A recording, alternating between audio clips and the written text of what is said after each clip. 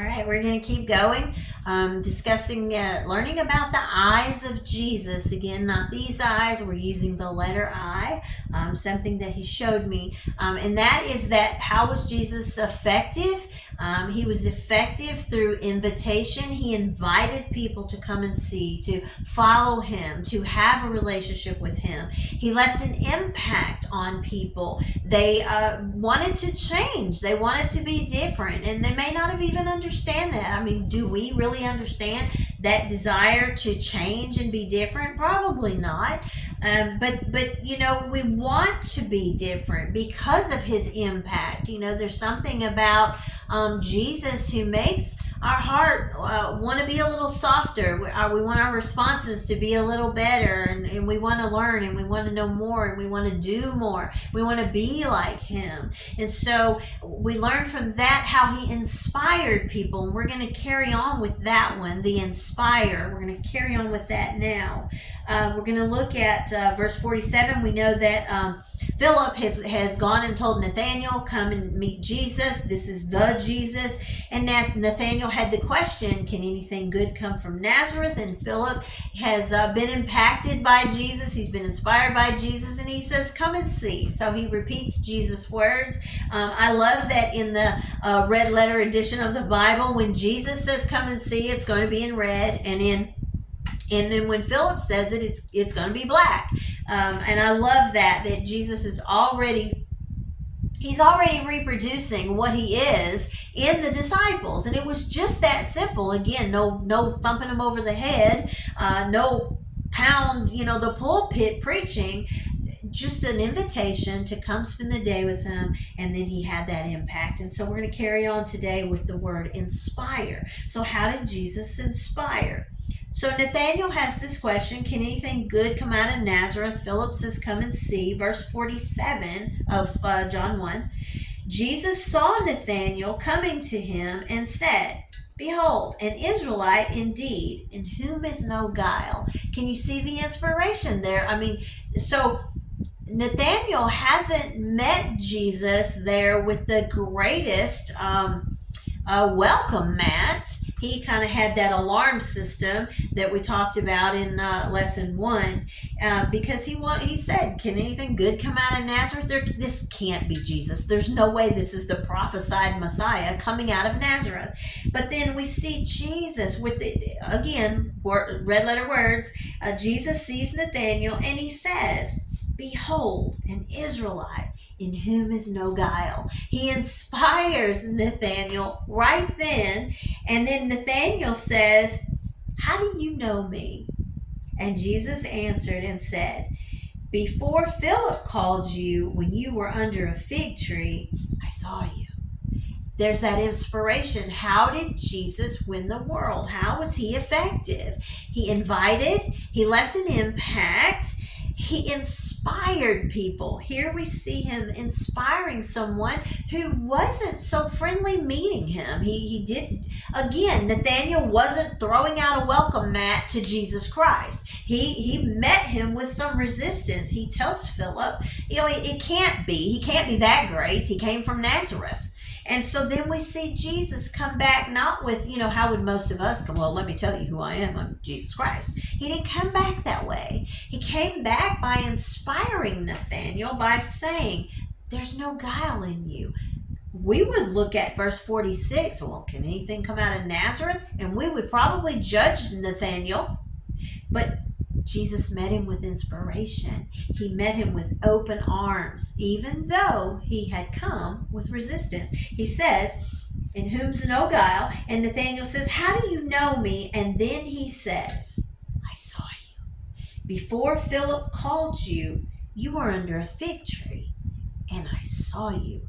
Again, inspiring. And Jesus is inspiring Nathanael through his words, through his definition. Nathanael hadn't given Jesus the best. He had not given him the best definition. Well, it comes from Nazareth. He can't be much of anything. Jesus says, I saw you, Nathanael. I saw you under the fig tree. I saw you alone. And there's no guile in you. I see you, Nathanael. I see the good in you. And very often we meet people with the resistance of Nathaniel. Well, there can't really be any good in them. But if we want to be like Jesus, our model, if we want to be effective, as we are witnesses, as we are trying to win the world for Jesus, the only way we're going to do that is to stop meeting people with the resistance of Nazareth and to meet them with the inspiration of I saw you. We have to look at them and we have to see, that person's pretty hard and mean, cold and hateful. Very often that's how we meet people. But we're not going to inspire them to follow the invitation of Jesus, and the only impact we're going to leave on them is going to be a negative one. So if we want to have a positive impact on people for Jesus, and remember that's what it's about. It's not about me or you building our own kingdom. It's not about me or you getting the most likes on social media. It's not about me or you having the biggest friends list. It's about what are we doing in this world to win this lost, depraved, wicked, evil world for Jesus Christ. That is our mandate. That is our command. That we are to become disciples of Jesus. We are to follow the invitation to come and see. We have to have the impact that we're different. There's something about us. If we're out here looking like the rest of the world, then you know what? We can't even lay out the invitation, because I promise you somebody will call you on that always. And if we want to bring people to Jesus, we're going to have to inspire them where they are. I mean, after all, isn't that how it is for all of us? Jesus has to inspire us where we are, whether we're, an alcoholic, whether we're a 5-year-old who really hasn't even had a chance to get out and sin much, but Jesus had to inspire us somehow. There had to be something about him that drew the 5-year-old or the alcoholic, and he draws them alike by saying, I see you. He sees the alcoholic in the alcoholism, in that mess, in that lifestyle. He sees what drove them to drinking, and he inspires them by saying, I see you.